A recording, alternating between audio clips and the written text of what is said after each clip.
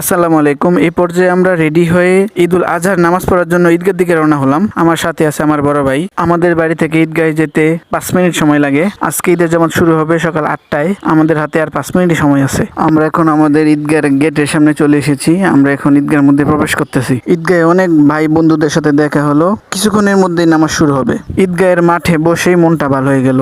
শত শত মুসল্লি ঈদগাহে নামাজ পড়তে এসেছে। এই মুহূর্তটা দেখতে খুবই ভালো লাগছে। এখনই নামাজ শুরু হয়ে যাবে। আপনারা দেখতে পাচ্ছেন সকল মুসল্লিরা দাঁড়িয়ে গেছে এক কাতারে। আমাদের ঈদগাহটা অনেক বড়, তারপরও আপনারা দেখতে পাচ্ছেন পুরো ঈদগাহটা কানায় কানায় মুসল্লি দিয়ে ভরে গেছে। আলহামদুলিল্লাহ, আমরা ঈদুল আজহার নামাজ শেষ করলাম। এখন খুতবা হবে।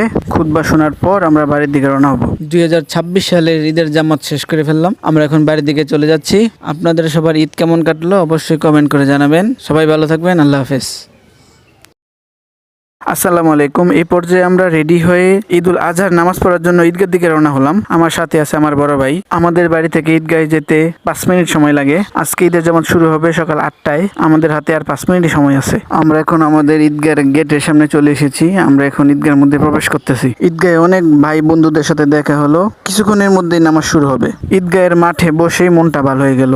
শত শত মুসল্লি ঈদগাহে নামাজ পড়তে এসেছে। এই মুহূর্তটা দেখতে খুবই ভালো লাগছে। এখনই নামাজ শুরু হয়ে যাবে। আপনারা দেখতে পাচ্ছেন সকল মুসল্লিরা দাঁড়িয়ে গেছে এক কাতারে। আমাদের ঈদগাহটা অনেক বড়, তারপরও আপনারা দেখতে পাচ্ছেন পুরো ঈদগাহটা কানায় কানায় মুসল্লি দিয়ে ভরে গেছে। আলহামদুলিল্লাহ, আমরা ঈদুল আজহার নামাজ শেষ করলাম। এখন খুতবা হবে।